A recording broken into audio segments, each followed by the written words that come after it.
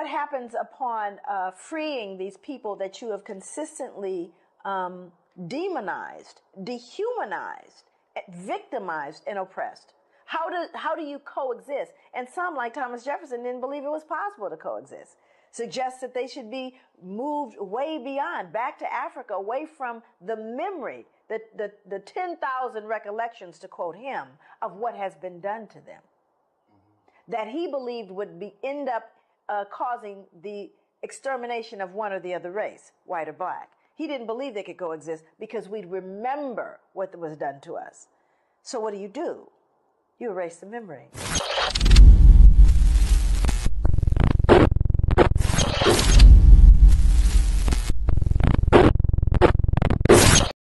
Welcome. This is the End of the Bench Media. I am HRap. As you know, this is Rappin With HRap, one of the many podcasts I do. This podcast is about conversation. The conversation we're going to have today is about sharing information. A lot of people miss out on opportunities for entrepreneurial opportunities because they lack funding. Today, I'm going to talk to a very good friend of mine, a well-informed man, well-rounded man, a Renaissance man, so to speak, a brother by the name of Clayton Sims. I've known him my entire life. And what we will do is share the information. We'll talk about what's going on and share the information that we feel is lacking in our community. Welcome aboard, Clayton. Nice. What's going on, B? What's good, man? Good to see you, man. As I stated, you are a friend that I've had more years in my life than I haven't. And we talk about 50 years of friendship right here. We're not even friends, we're brothers. Introduce yourself, and then let's just jump into it. We've been fishing around all day. Let's do it. Let people know who you are. Well, my name is Clayton Sims, one of 15 kids. I met Harper we met through sisters, because my sisters knew his sisters, went to school. And so back at those days, that's how it was. You know, you went to school with family, and your family all went to the same institution and grew up together. Then after high school, went to Whitney Young in Chicago, ended up staying there, went to UPS for 13 years and got there. And then my second wife said, hey, why don't you move down to Texas with me? So me, like a dummy, came down to Texas with her. And after coming to Texas, I realized that the economy was a little bit better. The weather, of course, you couldn't beat that in the summertime except the heat. But you know, in the wintertime, I got tired of them Chicago winters, and I decided to stay down here and make a living down here in Texas. Man, that's a hell of a story. A lot of people see one of the things about Chicagoans is we rarely uproot. If you're from Chicago, like when you go to school, you come back, you go right back to the house. You go right back to the crib. Chicago is our home. And it's a beautiful situation to see more and more Chicago people branching out. Texas is one of my favorite places. Some of my favorite people in the history of the world are in Texas. Now, with that being said, my programs are designed to uplift the community. My mantra is I want to make life for my great-grandchildren's grandchildren better. And the only way we can do that is to continue to share information. And as we share this information, we will only enhance lives. And as we enhance lives, we make life better for everyone as well, especially our youth. And I believe that we have gotten away from the sharing aspect of our culture. As you stated, me and you became friends because our older siblings had connections, and when they had connections, we made connections, and when we made connections, we maintain those connections. I think that aspect of our culture is missing. What are your thoughts on that?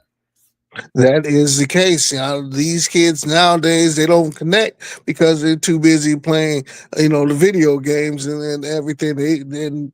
Parents sometimes, you know, they don't go ahead and get their kids, let them get out the house. But of course, you can't trust everybody outside the house. So I do understand you parents at the same point in time. But it's like, still, the kids do not have those social skills to get out, to just be, hey, let's go out and let's go to the park. Let's go to the museum. Let's go to the mall. That whole thing that used to be the case. Now that is even stopped. So I don't know what they're gonna do to really connect that nowadays. But I wish them the best. Yeah, man, it's a difficult situation if you don't have the social skills, if you don't have the interpersonal communication. It's cool, you know. I remember being a child, wishing I could be at my house and play the video game against my buddy when in a rainy day, because you know when it was raining, that's the only time we didn't go outside. You would hope for something of that nature. Sorry, y'all, that I didn't that the damn alarm started going off as soon as we went live. I'm sorry. Please forgive me. But I was hoping for things of that nature, and now they are the reality. But the reality is we don't have those interpersonal relationships. Your sisters hanging out with my sisters, and they had to drag me, you, and EA along, and we made a relationship. The same way with our other mutual friend Yancey Beatty. He was dragged into that, and we just continue to build and build and build. And here we are 50 years later, we still have those relationships. And what I'm afraid of is these young people won't have these relationships. And that is the scariest thing in the history of the world, if you ask me, because how do you continue to build a community if everyone is estranged? And that's why I created this platform. That's why I created this show, because I want people to come on and talk about their lives and talk about their experiences and share. One of the biggest issues in the community today, and Black women are suffering from it the most, is Black unemployment. 350,000 women since the inauguration of the current administration have lost their jobs. Black women are losing their jobs. These are the most educated. These are the most well-rounded. These are the most enthusiastic and empowering women in the world. And guess what? I don't have a job now. Not that they can't, but I want us to empower people with the information of entrepreneurship, as well as what me and you talked about last night, which is the number one thing, funding. What people say, I would if I had dot, dot. I made that statement a little less than 24 hours ago, and you said, yo, let me help you. Let's talk about that. I literally, go ahead. I literally just got off. Go ahead. Okay. I literally just got off. Remember, we had a hard time connecting people earlier because I was actually on a funding call with a young man in Chicago. His name is Smitty the Goat. His real name is J.K. Smith, but he is a phenomenal young man. He built his business from 2022 or 2021 to 2025, 4 years. He built it up. Now he's making $10 million per year. He got to that through funding other people's money, using other people's money, and actually was able to now he's branching out to 3 or 4 different businesses he's got going on, lines of income. And I'm really a fan of his. And I said, I like what you're doing, young man. I went on his show and we talked and we just chopped it up after his show for a minute. And now I'm on here talking with my boy and trying to help you guys have that same knowledge that he gave and instilled in me. And that's the thing, man. We find ourselves not sharing. One of the biggest obstacles I find, and let me know how you feel about this. One of the biggest obstacles I find about sharing information is this. I'm gonna just be honest. This self-hating, this self-destructive opinion, that's not going to happen. Or the most prominent is they. They are not going to allow you to do that. They are going to they are going to stop you. What can we do to get around they? And then most importantly, what can we do so we can get past their opinions and get our foot in this race in regards to entrepreneurship, funding, and empowering our community and things of that nature? Shoot it at me. Well, first you hit the nail right on the head. It's the mindset. You have to shift your mindset. If you keep in the same mindset of that they are not going to allow you to get anything, then you won't. You have to really step out because there are programs out here, the grants, there's funding out here for Black entrepreneurs that are trying to do something with their lives. But you just got to get out that mindset, that box, and saying, hey, I want this. I gotta have it. And there are, like I said, there are many vehicles that you can go through but people aren't just made aware of them, and that's why I'm here. Exactly, man. And that's the thing. Again, if you are stuck in the house because one of my pet peeves is, and it really grinds my gears, is people who watch the news and they allow the news to tell you what's going on in your community. The black community is this and the black community is that. And then this trope with crabs in the barrel and this other trope that just makes me sick. We don't support. Meanwhile, you never had your hair cut by anybody who was not black. You never had your hair done by nobody who wasn't black. You go to Uncle Remus. If you're here in Chicago, you go to Uncle Remus. You go to Harold's Chicken. You go to all these black places and you interact with all these black things. And you love Tyler Perry movies and you can't wait till the next Spike Lee movie. But you still tell yourself these lies. And this is the major contributor to the stagnation of our community. So we must start interacting like this, continue to reaffirm relationships that we currently have, as well as build new relationships, because I'm trying to figure out where did this mantra to come. No new friends. Do you know how asinine that sounds? Talk to me about your thoughts on what I just said. I'm listening. No new friends. When he said that, I'm like, I can understand you want to keep your circle small when it comes to your friendships, but at the same point in time, you gotta have these new friends because I'm sorry, you need them to be able to get again that mindset out of you that hey, I want to keep it between me, us, and everything like that. If I had that mindset, I wouldn't be where I am today. I'm glad that I went to a school like Whitney Young growing up because that was a magnet school that actually helped me to interact with people of different races. You know, black, of course, but you had your white, you had your Polish, you had your Italians, you had your Japanese, Chinese. It was so many different races there, and it helped me actually understand cultures. And when you can do that, you are able to say, hey, now, what can I do to build myself up rather than just, stay stagnant, like you just said. It's like, hey, when you get with those people are teaching you different things and you're like learning so much and you're like, okay, I don't need to stay over here just to go, like you said, to Uncle Remus or go to Harold's Chicken. Let me try. And I get you now. My first time trying to authentic Italian food was when I was 14. And that was because a guy I went to school named Mauro Di Fiore. He had me try some Italian food, and I swear, Hawk, after I finished trying that, I didn't even want soul food no more. That's what I'm talking about. But see, you know what? I'm gonna tap into something that you said in the midst of your answer. You said, I got to know. This is something that I harp on a few minutes with HRap on a regular basis.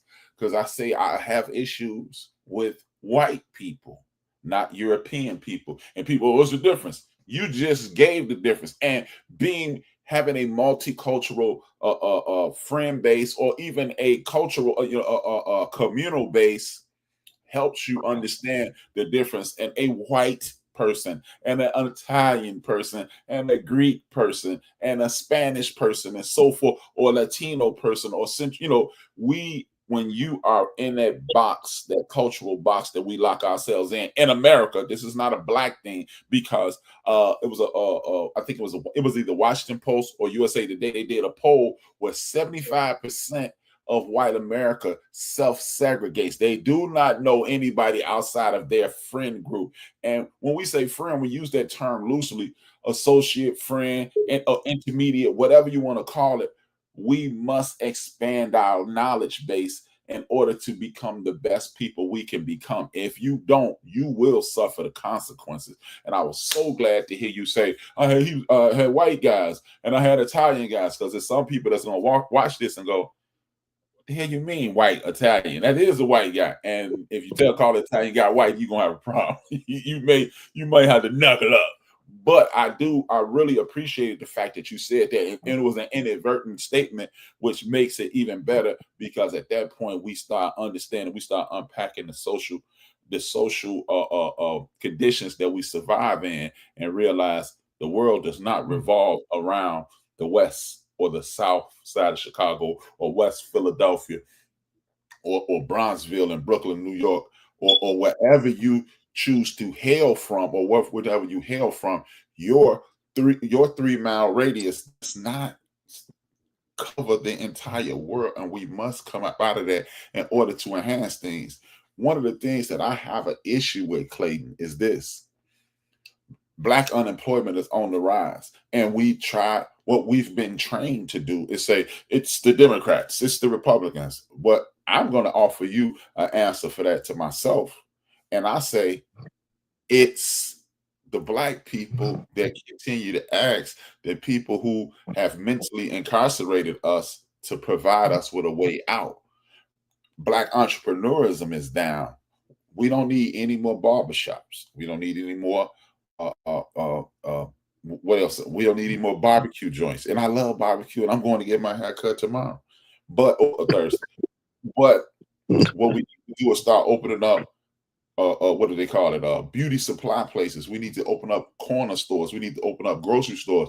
People don't realize the average corner store in the United States of America, and especially in Chicago, makes about $2,800 to $3,200 a day. You're talking about a year's salary in a month.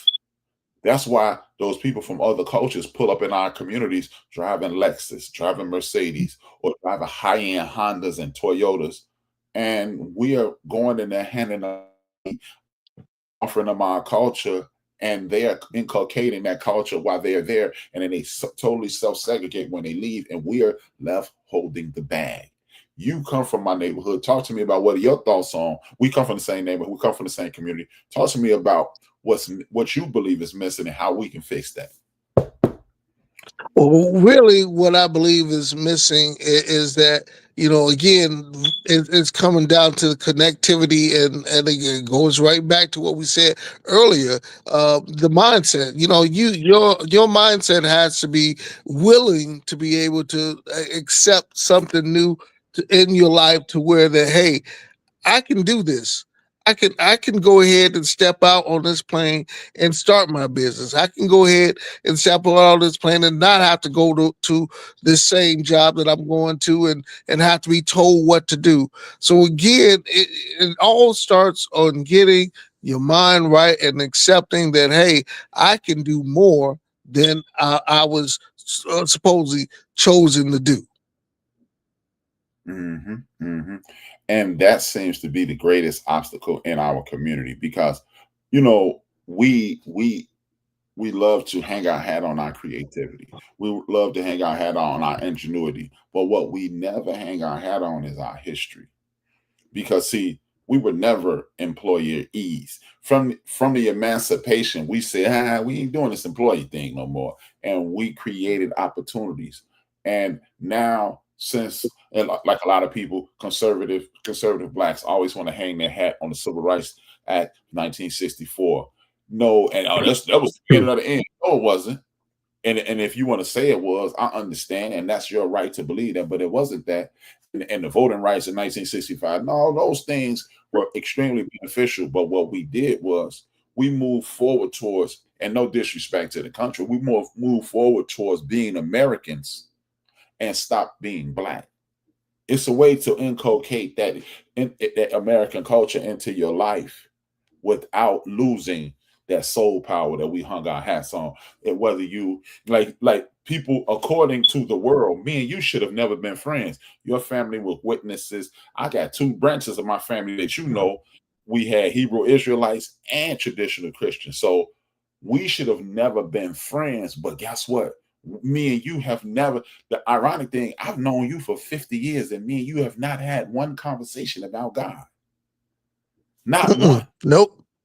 And which hopefully this will inspire our brothers and sisters to understand, just because you see the world different from me, the way you worship, the way you represent your family, and the way you represent your God has nothing to do with interpersonal relationships. 50 years of relations, constant conversation. If I call you, if we were not on this and I call you, me and you have never had a 10-minute conversation. We've never had an hour conversation. We've only had 3-hour conversations or more. So this puts us in a position to be successful because we can see past the differences. We don't have to buy into anti-LGBTQIE, anti-Muslim, anti-witness, anti-Christian. If you're agnostic, if you're atheist, if you're Christian, if you're Catholic, no matter which way you represent your deity, that's your personal relationship. And I think we need to get past that and move forward. Talk to me about that. Well, that's it's a shame that when it comes down to when we think about that, that people do uh, have that get that thought in their mind that, hey, I'm just going to be, sticking with these certain people because this is the way I grew up and this is the way that I was taught by my parents. No, you have to really just again step out, become your own person, because there are people out here that you can relate to and that relate to you. I mean, we're called human. That means that we are all alike. We all bleed. We all have the same blood in us and everything. We do think and share and feel pain. So with that being said, people just don't they just don't go out and say, hey, brother, because you are my brother, no matter what's on the outside. You are my brother. It doesn't matter if we knew each other for 50 years or just met today. If another race of aliens came down here, we'd still be fighting against them. So let's be that way. Let's act like that today. That hey, we're not being oppressed by anybody, but still here it is that we can relate to one another, and we need to just go ahead and have each other's backs now. Hold on, I need you to repeat the last 45 seconds of that last alien because you got all of a sudden you went underwater and we couldn't understand what you were saying. But so please repeat Oh, that. A group of aliens I came was just in, saying that. we have to fight against I them. was just Oh, saying. Yeah, I was just saying that if a race of aliens came down from another nation, I mean man, from another planet, and we would band together, and now we are the human race. Now we are, but so we need to act like that at all times. That we are hold the humans. Yeah. on. What you to do is hit X, come out, come back in. You still underwater. I can't Hmm. show till you get back. I get it. I get the gist of it. I cover it, close out, come back, and then we're gonna restart. We're gonna pick up Okay. right there. Okay. I Let me think what try you that. said is extremely important. As my brother was saying, if we start approaching this from a humanity standpoint, what we will happen is we will be able to fix the problems that we have in these United States of America. Are human beings. We are also a tribal group of people. The tribe is the original tribe of humanity.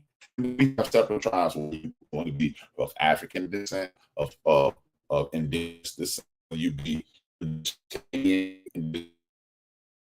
Central American, indigenous career, and so forth and so on. What we want to do is put ourselves in a position of humanity. And when we put ourselves in a position of humanity, we find ourselves, you'll start that you have which brother from another culture versus what like I said on our previous episode, we get so caught and I don't want to participate in this and I don't want to participate in that. What we need to do is start figuring out ways that we can participate equally with anyone, any and everyone. We'll be able to resolve and solve the problems that we are suffering from.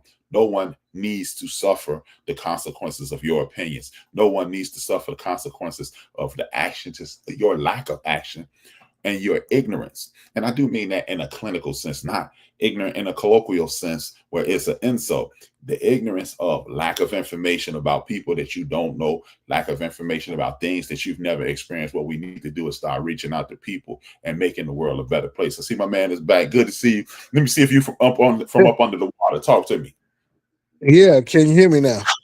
You back in business. Now, the last Okay. thing you said was what was the last thing you said? Oh, if aliens came to this planet, we would all have to fight against the aliens as one race of humans. Go, please.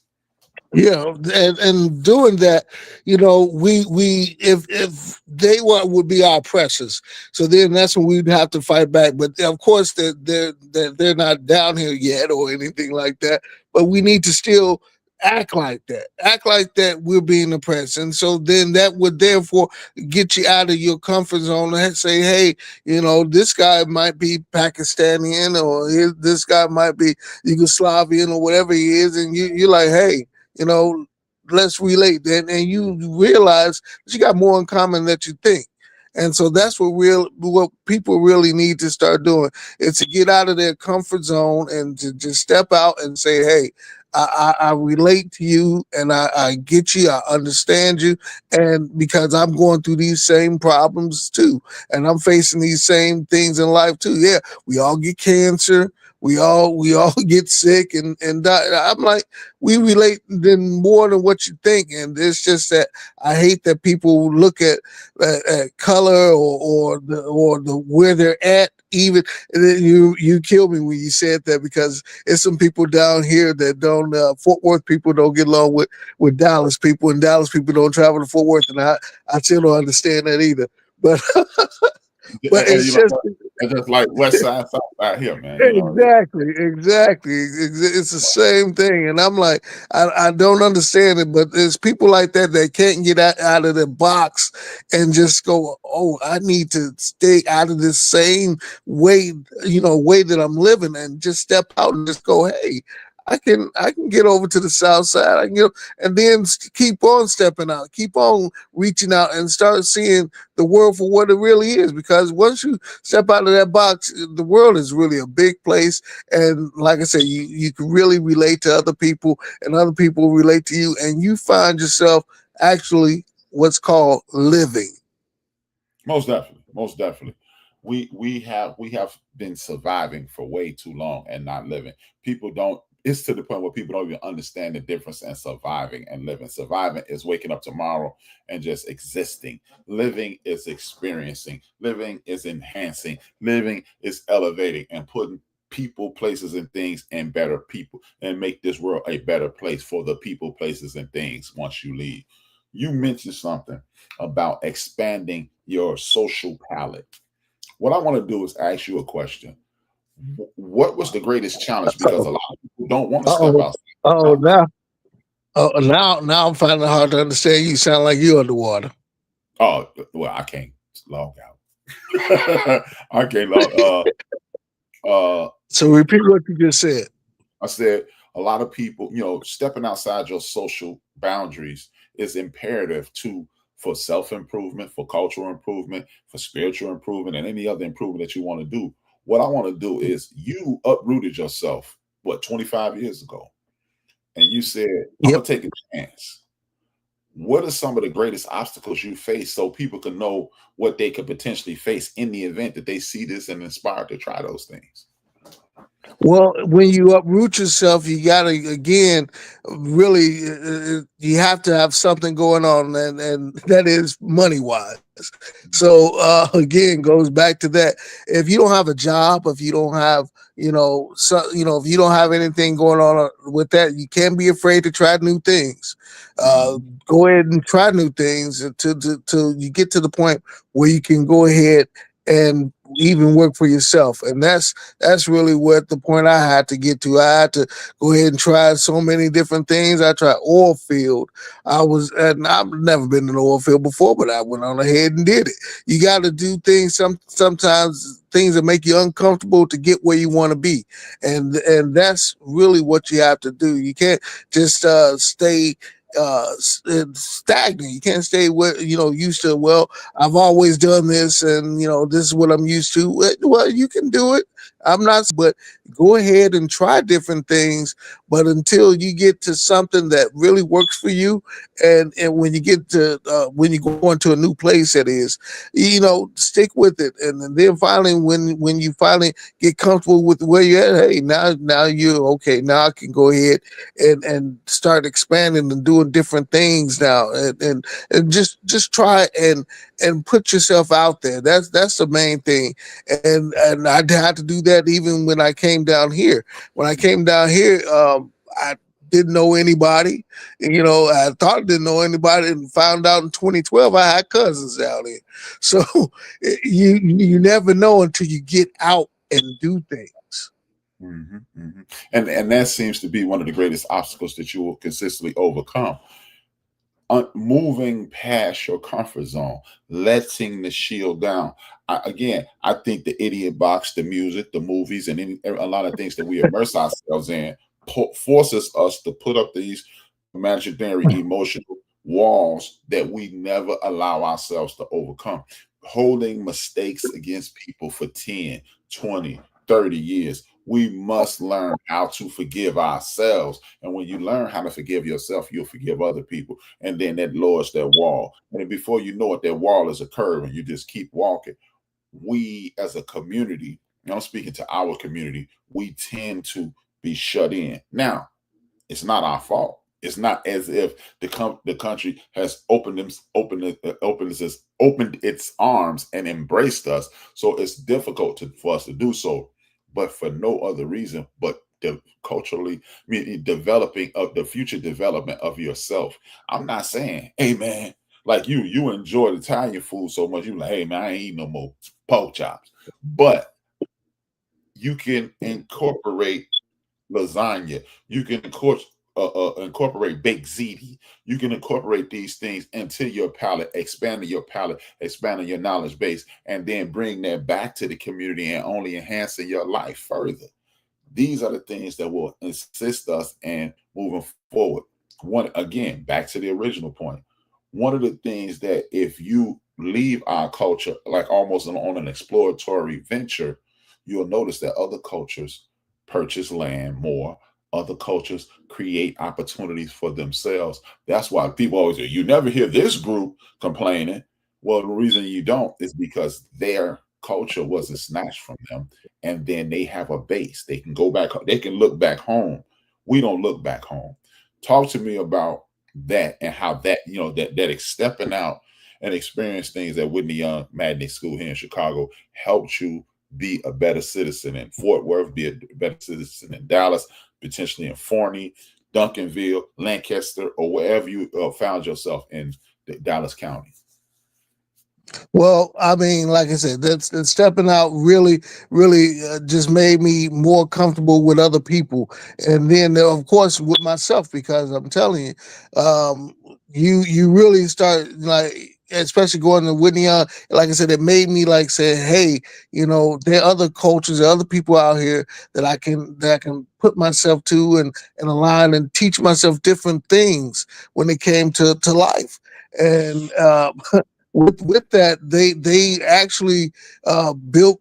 I became, like I said, became more friendlier with them, and they got to know me, and we exchanged other different thoughts and different ways of life, and they learned things from me, and it was just great. It was just great exchange, and that's what people need, is an exchange of thoughts, and not just again staying in that one mindset or that one set of cultures. Like, hey, I still like my soul food. I kid you not. But at the same point in time, I do know that there's other food out there from that my palate does agree to, and I have a taste for, and I don't mind. And I mean, even Indian food, I got to try that. I never had tried that until I got basically out of Chicago and came down here, and I met an Indian guy. And through work, and he became one of my best friends too, and we still are friends to this day. And it's been like 20 years since I met him. But it's just, again, just being able to open up and get to know who you are as a person, and put those shields down, and okay, I don't want that. That look nasty. No, try it anyway. And then get to see people who they really are, and you really will come to find yourself knowing yourself a little bit better as well. And you know what's funny? Like, I am because my nickname is almost synonymous with pro-black radical behavior or militant behavior. It is almost a synonym, almost. It comes from a guy by the name of Hubert Brown, commonly known as HRap Brown, and he's converted to Islam now. But the funny thing is, I'm known as some people. I know some people who know me and watch my program regularly. They think I'm a bigot. They think I hate white people, and I don't hate anybody. But I've had some of my greatest experiences, as you stated, stepping outside of our culture. I too have a friend who's Pakistani. He's Middle Eastern. He's Pakistani, and he was like, "Yo, B, let me ask you a question. The elders in your family, do you have $1 million insurance policy on them?" I was like, "Nah, I don't. They have their own insurance." He's like, "Well, this is what we do in my culture." He said, "You're a sharp dude. I want you to make it." I said, I'm like, "Okay, where you going with this?" My man say, "Look, for $80 a month, me and my 3 brothers, we have $1 million insurance policy on my grandmother. When my grandmother dies, each one of us will get $250,000 each." And he said, "Before you respond, I know what you're thinking. How you gonna benefit off death?" But no, I was like, "Damn, that's tax free." That's what I went right to the source. He was like, "Nah," and I was like, "Nah, I'm listening." He said, "That's $250 tax-free dollars." He said, "How you think a lot of these Indians and these Pakistanians and these Asian people have stores in your community? They insure their elders. They come together and insure their elders. $1 million policy. She's gonna pass away, B." He said, "And then we'll be richer for it." And he said, "Then we're going to do the next oldest person. Then we're going to do the next oldest person." He said, "You'll be an insurance millionaire before you know it." And guess what? That elder wants that for you. And I was like, wow, how many people from our community even thinking like that? You so caught up in, "Oh, my mama gonna die." Nah, and it's not your come up off your mother, but I don't give a darn who your mother is. It ain't a mother living or ever breathed that did not want the best for their child. It's not a father that did the same way. So you know what? Instead of being angry at your quote unquote absentee parent, because it's absentee moms and dads in every culture, coast to coast, border to border. But instead of say, "Hey, you know what? Let's create a relationship." And you had a conversation. "Look, I'm not going to hold it against you that you were absentee parent. I don't know what happened in your life. But to make it even, how about this? You and my 2 siblings, me and my 2 siblings are going to take out $1 million insurance policy on you. In the event that you check out, you've made up for all that time we wasn't there. What's up with that?" And if you are half the human being that the average parent is, that would make up for it. Will the money make that person, "Oh, my mama died and I'm gonna be"? No, it's not gonna make up for it. But you know what?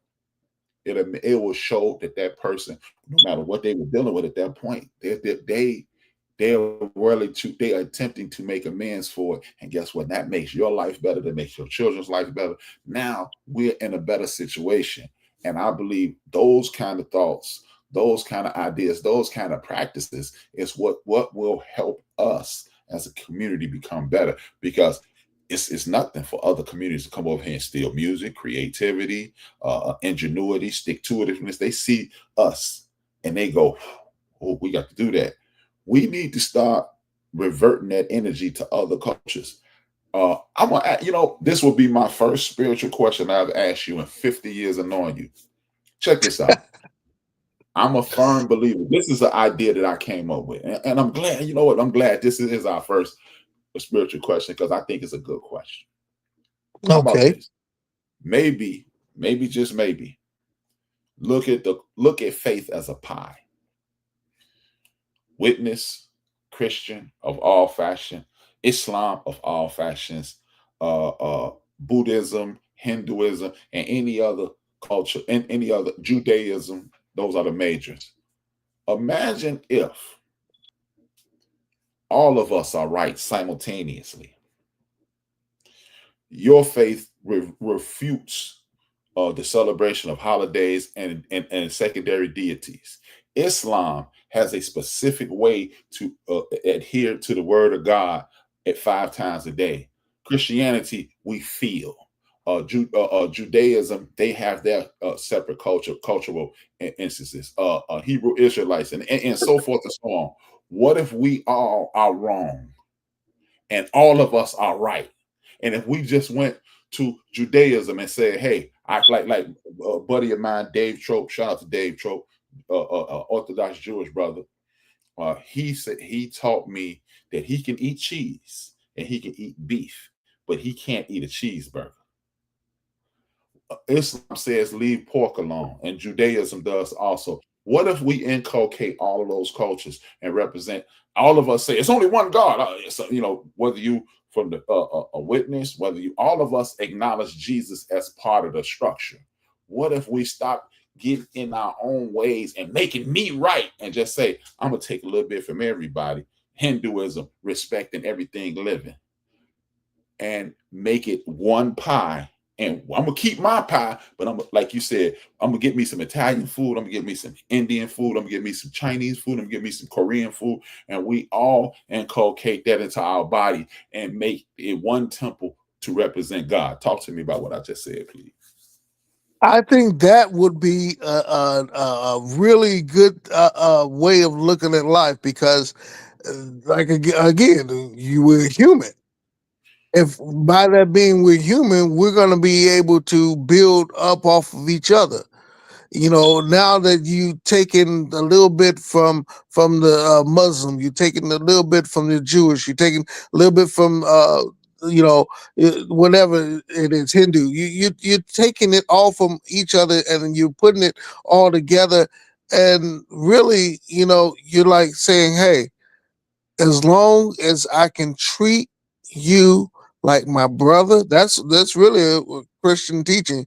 Long, you want to have, you want to have love for one another and love for God. Those were, like Jesus said, those were the two greatest commandments.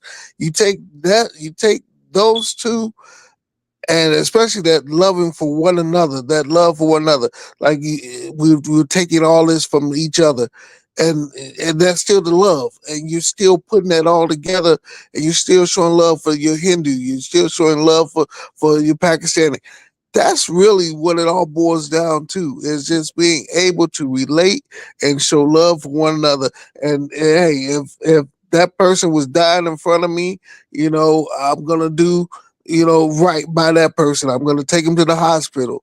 If that person got shot in front of me, I'm gonna be able to say, hey, I want you to live. I want you to be there, and so that's how we have to really start looking at one another. We have to really start saying, "Hey, this is my brother. This is my sister. This is my mother. This is my father too. It doesn't matter what race they come from, what religion they practice. As long as this person is a human being, I'm gonna be there for them." And in the event that we ever get to that, I understand that sounds like a pipe dream. But what I say to the people who say what me and my brother just said is a pipe dream, guess what else used to be a pipe dream? The United States of America.